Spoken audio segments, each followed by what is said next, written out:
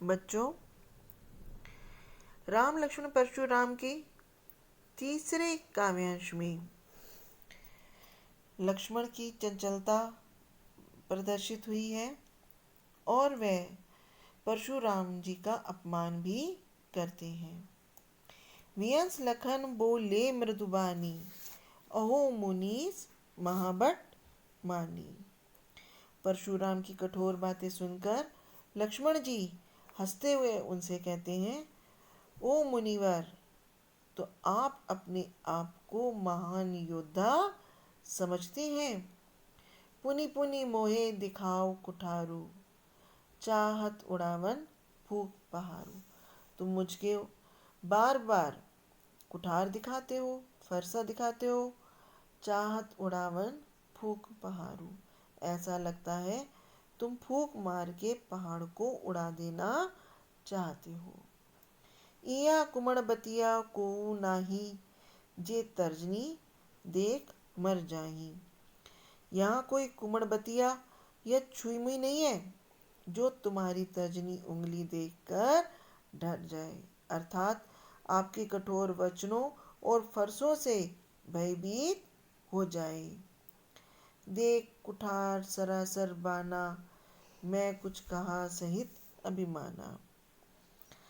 अर्थात इन पंक्तियों का अर्थ है कि मैंने तो आपके फरसे और धनुष बाण को देखकर अपने गुस्से को सहन कर लिया है, क्योंकि आपने जो भी अभिमान से बातें कही उसको मैंने सुना है। भृग सुत समझ जिनेऊ बिलोकी, जो कुछ कहा कहो सहो रिस रोकी। तुम्हें भृग सुत समझ के, भृग कुल के वंश का पुत्र समझकर और तुम्हारे जनेऊ को देखकर मैंने अपने क्रोध को रोक लिया। सुर महिसुर हर जन और गाई, हमरे कुल इन पर न सोराई। हमारे कुल में देवता, ब्राह्मण, भगवान के भक्त और गाय पर कोई भी वीरता नहीं दिखाता। हमारे कुल में ऐसी मान्यता है कि बधे पाप अपकीरत हारे, मारत्यूं पाप पर ये तुम्हारे। इनको मारने से पाप लगता है और इनसे हारने पर अपयश मिलता है, यानी बदनामी होती है। इसीलिए यदि आप मारें भी तुम्हें आपके पैरों पर पड़ना चाहिए।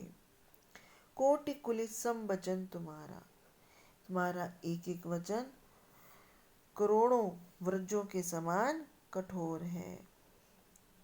व्यर्थ धरो धनु बाल बाण कुठारा, तुमने व्यर्थ में ही धनुष, बाण और फरसे को धारण कर रखा है। यहाँ पर लक्ष्मण परशुराम जी पर व्यंग करते हैं, उनकी वाणी को देखकर और स्वरूप को देखकर। जो बिलोक अनुचित कहो क्षम्य मुनि, महामुनि धीर। अगर मैंने आपको देखकर कुछ अनुचित कहा हो तो हे मुनिवर मुझको क्षमा करो।